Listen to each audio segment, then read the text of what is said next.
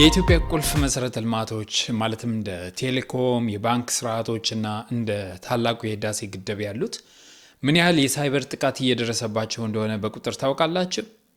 የኢንፎርሜሽን መረብ ደህንነት አስተዳደር ወይም ደግሞ ኢንሳ እየተባለ የሚጠራው ተቋም በቅርቡ እንዳስታወቀው ከሆነ በ6 ወራት ውስጥ ብቻ በኢትዮጵያ ብሔራዊ ዲጂታል መሰረተ ልማቶች ላይ ከ27,000 በላይ የሳይበር ጥቃቶች ተሞክረዋል። ይሄ ብቻ አይደለም። በአሁኑ ሰዓት አንድ የኢትዮጵያ ተቋም በሳምንት በአማካኝ ከ11,000 በላይ የሳይበር ጥቃቶች ይቃጡበታል። ይህም ኢትዮጵያን በአፍሪካ ቀዳሚዋ የሳይበር ጥቃት ኢላማ ያደርጋታል። ሰላም ጤና ይስጥልን የተከበራችሁ ተመልካቾች፣ እንኳን ወደ ሳይበር ቶክ ቻናሌ በሰላም መጣችሁ።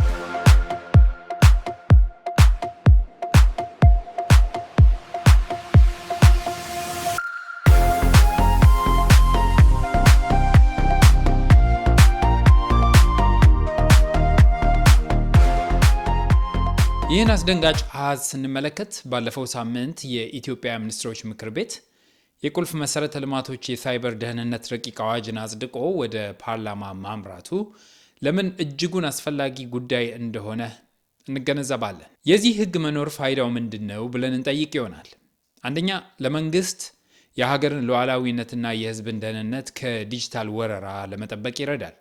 ሁለተኛ ደግሞ ለግልና ለመንግስት ተቋማት እንደ ባንኮችና እንደ አየር መንገድ አይነት ለምሳሌ የሳይበር ደህንነት ስራን ከፍላጎት ወደ ግዴታ ይለውጠዋል።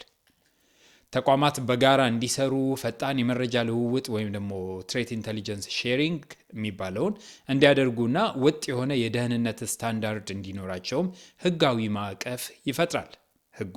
ይህን ስል የሌሎች ሀገራትን ስኬታማ ተሞክሮ ማንሳቱም ተገቢ ነው ብዬ አስባለሁ። ለምሳሌ የአውሮፓ ህብረትን NIS 2 ዳይሬክቲቭ ብንወስድ የኤነርጂ የትራንስፖርትና የፋይናንስ ተቋማት እጅግ ጥብቅ የሆነ የደህንነት ስርዓት እንዲዘረጉና ጥቃት ሲያጋጥማቸው በ24 ሰዓት ውስጥ ሪፖርት እንዲያደርጉ ያስገድዳል። የአውሮፓ ህብረት ይህንን ህግ ያወጣበት ዋናው ምክንያትም የሀገራቱ በህብረቱ ውስጥ ያሉት ሀገራት ማለቴ ነው መሰረተ ልማቶች እጅግ የተሳሰሩ በመሆናቸው አንዱ ሀገር ላይ የሚደርስ ጥቃት ሌላውን በቀላሉ እንዳይጎዳ ለመከላከል ነው። በተጨማሪም ከቅርብ ጊዜ ወዲህ በመንግስት የሚደገፉ ወይም ደግሞ ስቴት ስፖንሰርድ የሆኑ የራንሰምዌር ጥቃቶች በመበራከታቸው ተቋማት በፈቃደኝነት ሳይሆን በግዴታ አንድ ወጥ የሆነ የደህንነት ቁጥጥር እንዲያደርጉ ለማድረግም ታስቦ ነው። በአሜሪካም ቢሆን CIRCI ወይም ደግሞ ሳይበር ኢንሲደንት ሪፖርቲንግ ፎር ክሪቲካል ኢንፍራስትራክቸር አክት የሚባል እጅግ ጥብቅ ህግ ጸድቋል። ይህ ህግ የውሃ፣ የመብራት ወይም የባንክ መሰረተ ልማቶች ላይ ጥቃት ሲደርስ በ72 ሰዓታት ውስጥ እንዲሁም የራንሰምዌር ክፍያ ከፈጸሙ ተቋማቱ በ24 ሰዓት ውስጥ ለሚመለከተው የመንግስት አካል ሪፖርት እንዲያደርጉ በህግ ያስገድዳቸዋል።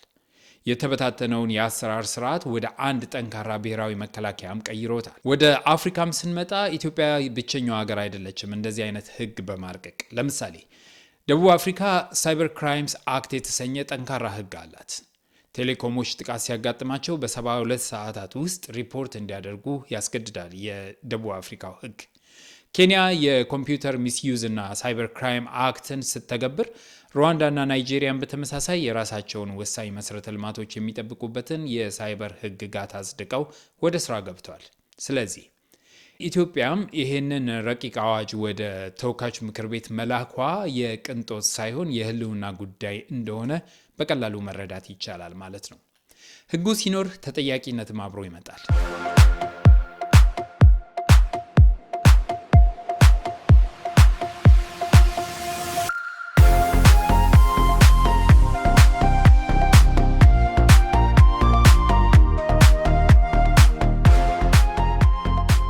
ዛሬ የሳይበር ትሬት ላንድስኬፕ በእጅጉ ተቀይሯል።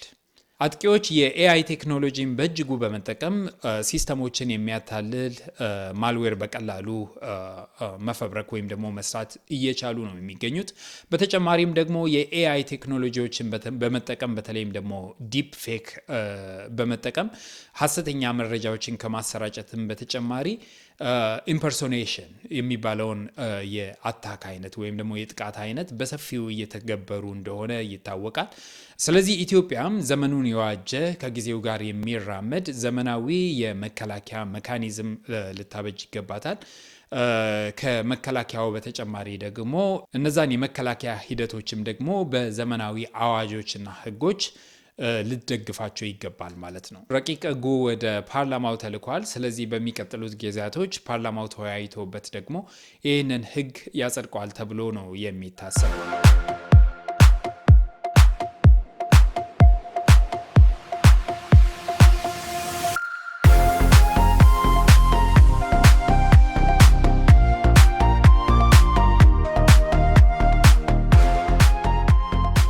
ዛሬ በዚህ ፕሮግራማችን ላይ አንድ ማንሳት የምንወደው ነገር ቢኖር ፓርላማው ይህንን ሕግ በሚያጸድቅበት ሰዓት ወይም ደግሞ በሚነጋገርበት ሰዓት የሚከተሉትን 10 ወሳኝ ጉዳዮች ቢመለከታቸው ሕጉ ውስጥ ቢካተቱ ወይም ደግሞ የሕጉ ማዕቀፍ ውስጥ ቢካተቱ መልካም ነው የምንላቸውን 10 ነገሮች ነው የምንጠቁመው በዚህ ፕሮግራማችን ላይ። የመጀመሪያው ተቋማት የሳይበር ጥቃት በሚያጋጥማቸው ወቅት በ24 ሰዓት ውስጥ ሪፖርት እንዲያደርጉ ወይም ደግሞ ለፐብሊኩ ወይም ለመንግስት ሪፖርት የሚያደርጉበት አስገዳጅ ጉዳይ ሕጉ ውስጥ መካተት አለበት ብለን እናምናለን።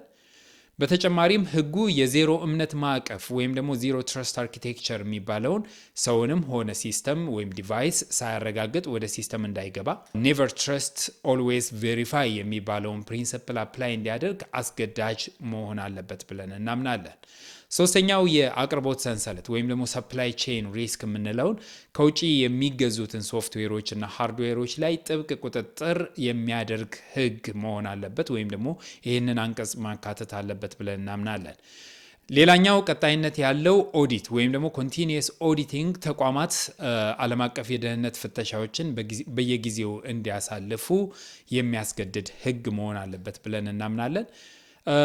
ሌላው የኤአይ ስጋት አስተዳደር መካተት አለበት። በተለይም ደግሞ አዲሶቹን የኤአይ አደጋዎች የሚቋቋም አስገዳጅ መመሪያ ወይም ደግሞ አንቀጽ እዛ ሕግ ውስጥ መካተት አለበት ብለን እናምናለን። አስገዳጅ የአደጋ ማገገሚያ ወይም ደግሞ ዲዛስተር ሪከቨሪ ሜካኒዝም ሕጉ ላይ መካተት አለበት ብለን እናምናለን።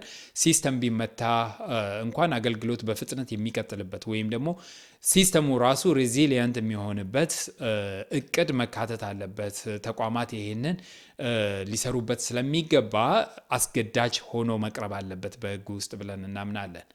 ሌላው የግልና የመንግስት አጋርነት በግልጽ በሕጉ መካተት አለበት ብለን እናምናለን። ይህም በመንግስትና ለምሳሌ በባንኮች፣ በቴሌኮም መካከል ጥብቅ የሆነ የደህንነት መረጃ ልውውጥ ይሄ ትሬት ኢንቴሊጀንስ ሼሪንግ የምንለውን ሕጉ ማካተት አለበት፣ አስገዳጅ ማድረግ አለበት ብለን እናምናለን።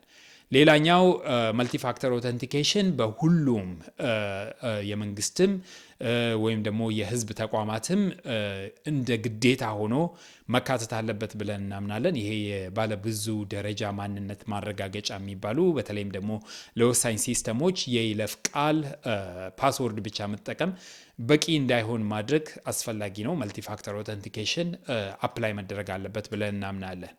ሌላኛው የሳይበር ልምምድ ነው። የሳይበር ልምምድ ወይም ደግሞ ፔኔትሬሽን ቴስቲንግ እና ይሄ ሬድ ቲሚንግ የሚባለው ተቋማት በየአመቱ ቢያንስ በአመት አንድ ጊዜ በአስገዳጅ ሁኔታ የሳይበር ጥቃት ልምምድን እንዲያደርጉ አስገዳጅ ሕግ መካተት አለበት። አስገዳጅ አንቀጽ ሕግ ውስጥ መካተት አለበት ብለን እናምናለን። ይሄ የሚረዳው አስቀድሞ ክፍተቶችን ለማግኘት በየአመቱ የጠለፋ ልምምድ ማድረግ አስፈላጊ ስለሚሆን ለተቋማቱ ማለት ነው።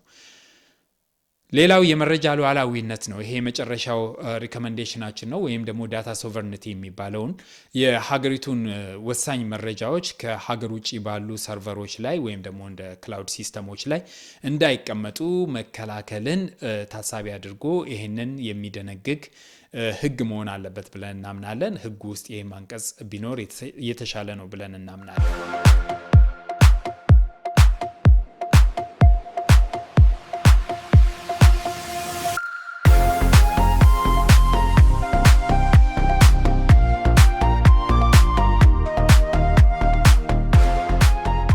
ለማጠቃለል ያህል ይህ አዋጅ ወረቀት ላይ ያለ ሕግ ብቻ እንደማይሆን ተስፋ እናደርጋለን። የኢትዮጵያን የዲጂታል ኢኮኖሚ፣ የተቋማትን ደህንነትና የሁሉንም ዜጎች የዕለት ተዕለት ህይወት የሚጠብቅ የማይታለፍ ብሔራዊ ጋሻም ይሆናል ብለን እናምናለን። በተለይም ደግሞ በሳይበሩ ስፔስ ላይ እናንተስ በዚህ ረቂቅ ህግ ዙሪያ ምን ተሰማችሁ? ምን ትላላችሁ? በዘረዘርናቸው 10 ነጥቦች ላይ ያላችሁ አመለካከት ምንድነው የሚመስለው?